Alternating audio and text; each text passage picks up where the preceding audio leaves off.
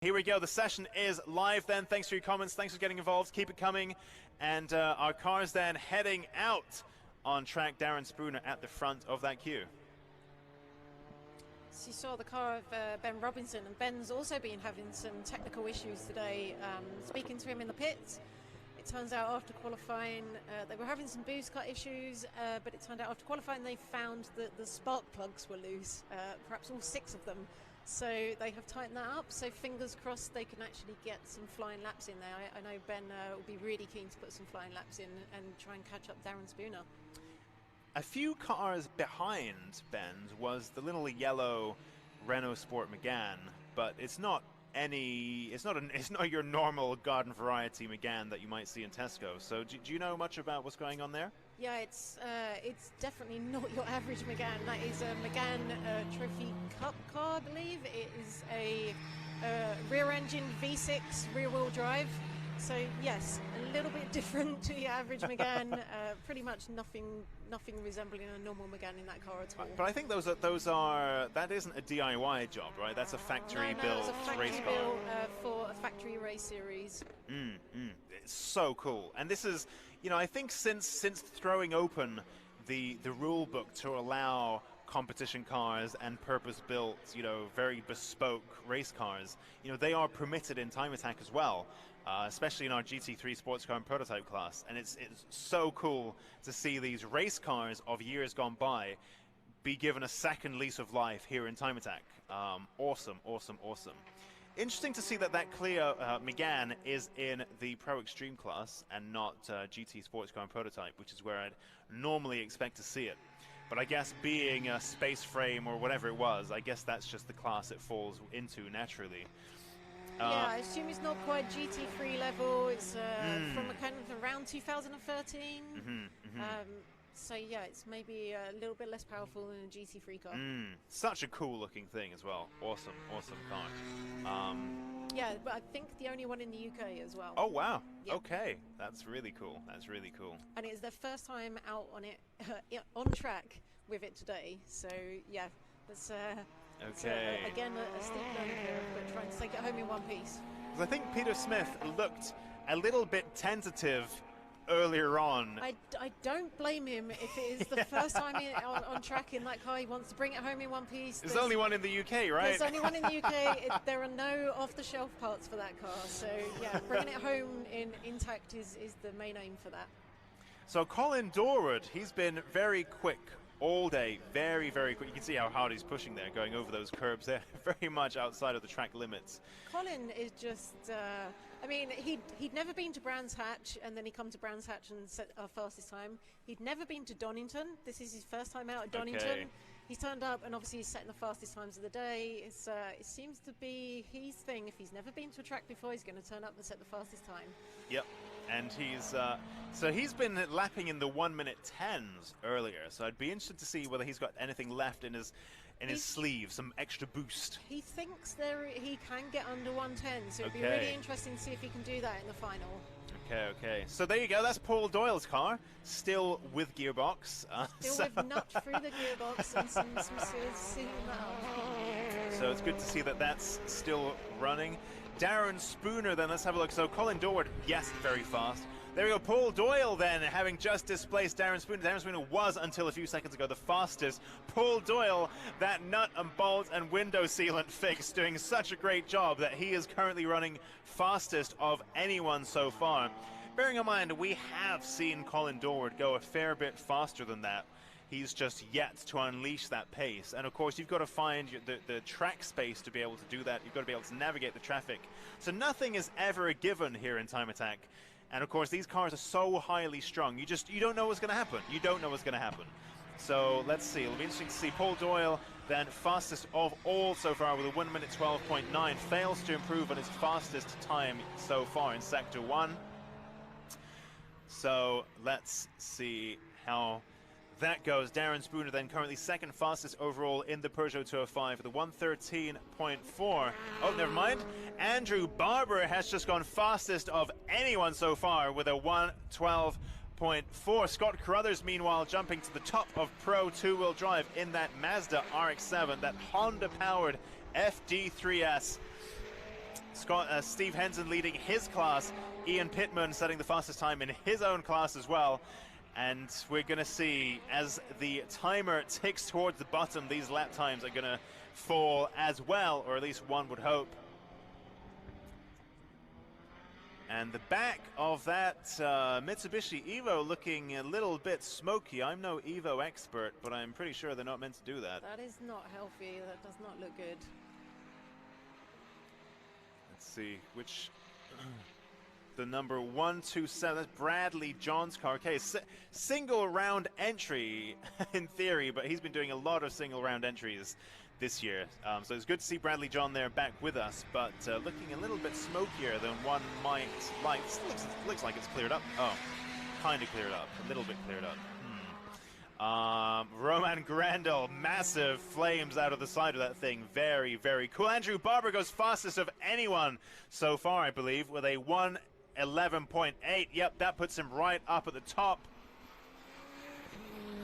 That Evo then of Bradley John looking rather smoky. Mind you, he's setting personal bests in sectors 1 and 2. That's what the orange little stripes mean at the bottom of your screen.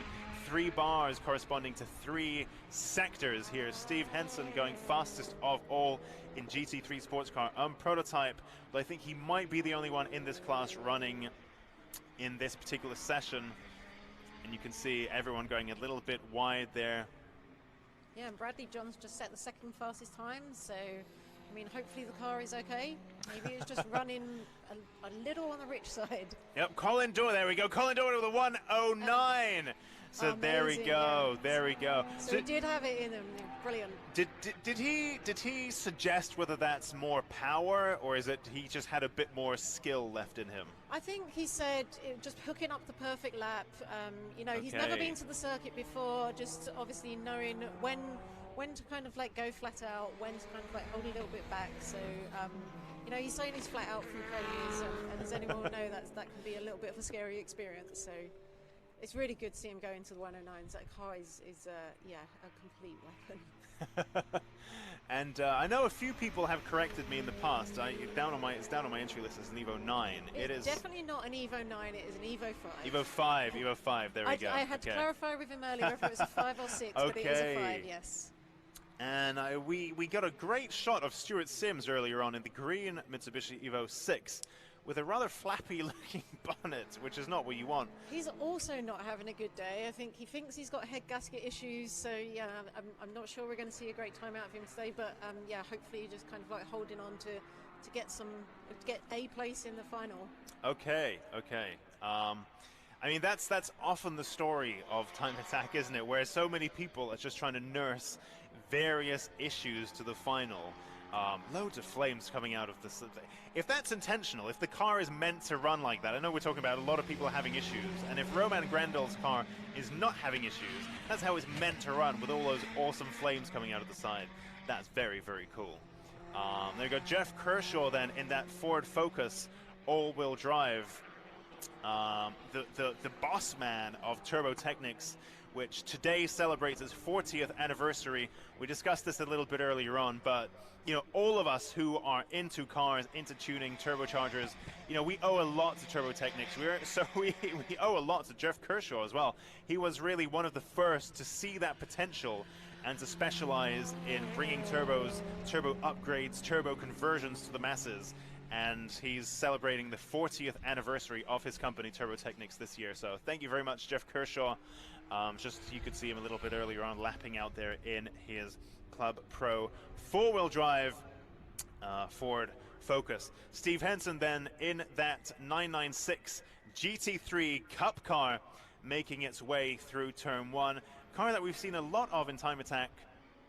And just taking a look across at Colin Dorward's times to see whether he's managed to improve on his best time. I don't think he has yet. It didn't look like he was out in a flying lap though, so I imagine he's going to go out there, let the car cool down a little bit, and then see if he can get another flying lap in before the end of the session. Okay, because both sectors 1 and 2 are not personal bests, so I guess, yeah, he's cooling it off for another attack lap. Yeah, and just trying to find some space on track as well to, you know, really be able to kind of like get that flying lap in and not to hit any traffic while you're going round. It's quite tricky out there. It is. And, you know, for me, that's part of the excitement, that's part of the challenge of Time Attack, is trying to navigate that traffic while you're trying to set your hot laps. Yeah, absolutely. I mean, there's so many different cars in different classes, you know, different performance cars out there. So yeah, and obviously Colin being one of the fastest cars on track, he's going to catch people pretty quickly. So he needs that space before he can get a good run. Yep. And so I know a few of you complained at Anglesey at the lack of engine noises, but you can really hear some of this, so especially as we're following the Renault Megane around with that V6, with that sequential gearbox, I think. I think that's what I can hear. It sounds six-cylindery, whatever it is. Presumably it's this. It's a Nissan V6 in that. Oh, okay. Yeah, naturally aspirated Nissan V6. Oh, that's the good stuff. That's the good stuff. So you can hear it. You can now hear it in glorious HD, whatever it is that good sound is transmitted in. Even though we're right next to an airport, you know, the planes aren't making too much of a racket like the wind was at Anglesey, so we're able to capture some of that engine noise. Yep, there you go. So Scott Carruthers in that number 242 Honda-powered FD3S RX-7. One of the only Mazdas that we have in Time Attack this year. There he goes. He goes fastest in class with a 1:13. Yeah, he's having a great day on track today. Yeah. Some stonking times out of him. Yep. Oh, great flame out of the back of that as well. Yeah, I mean, that's definitely a car to upset the purists with no rotary engine in that.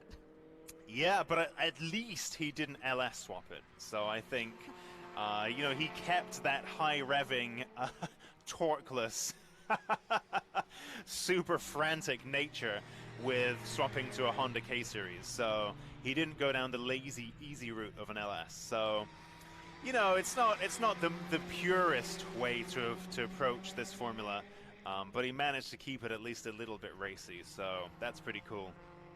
And back, you know, at one point when I first encountered this car, you know, it's so high revving that I almost thought, okay, maybe this could still be a rotary. You know, I don't really know, because you could really hear it revving out, hitting those big revs, you know, 8,000 and above, and I thought maybe this is still a rotary. It sounds a bit strange, but maybe it is. I could believe that.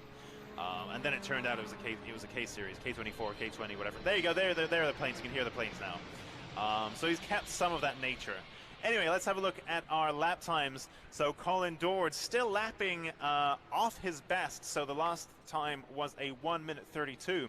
So he's cooling that car down, perhaps trying to find a bit of track space to punch in a few more fast laps before the checkered flag falls. Steve Henson with his headlights ablaze, telling everybody, get out of my way, I am on a fast lap. But of course the problem is, if anyone else is on a fast lap ahead of him, they do not need to yield.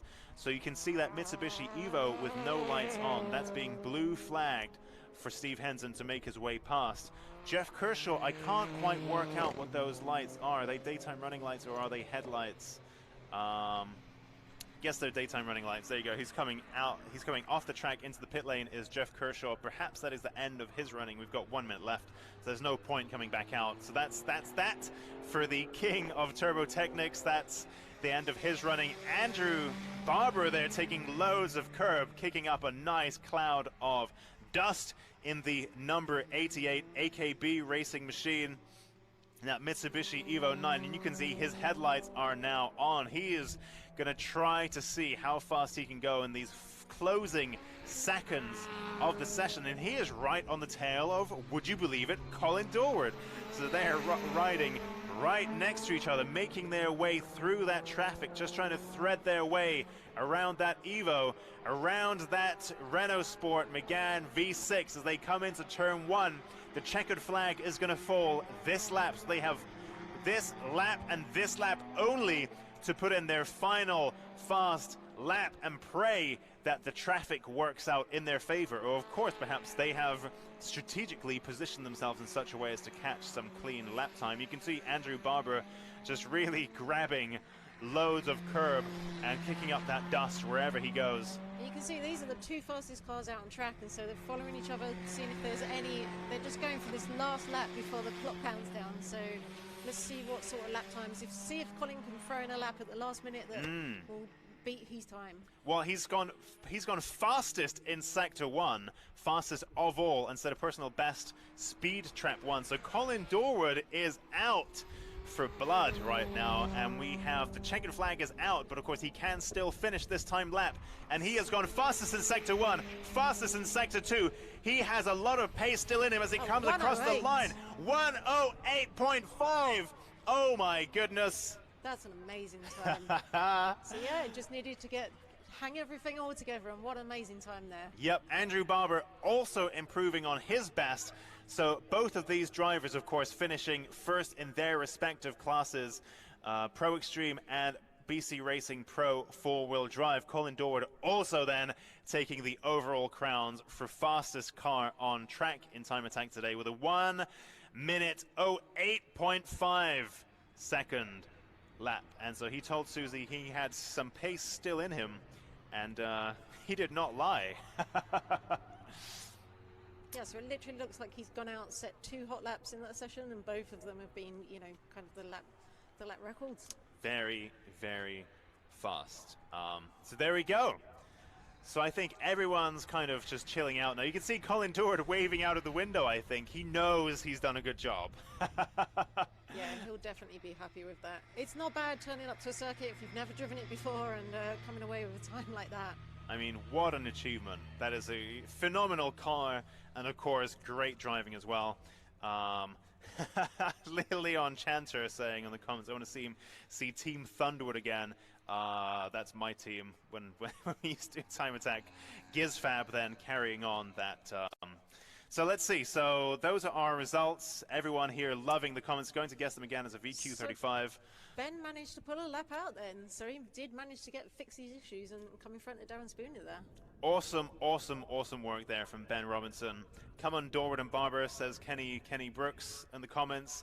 Superb. Kenny Brooks did 1 minute and 8 seconds years ago, and on a very bad day. So there we go. So even our view, we've got some very fast viewers as well as some very fast drivers as well. So there are the lap times for your viewing pleasure. Scott Carruthers then at the top of his class, Pro 4-wheel drive, then Andrew Barber at the top of Pro 4-wheel drive.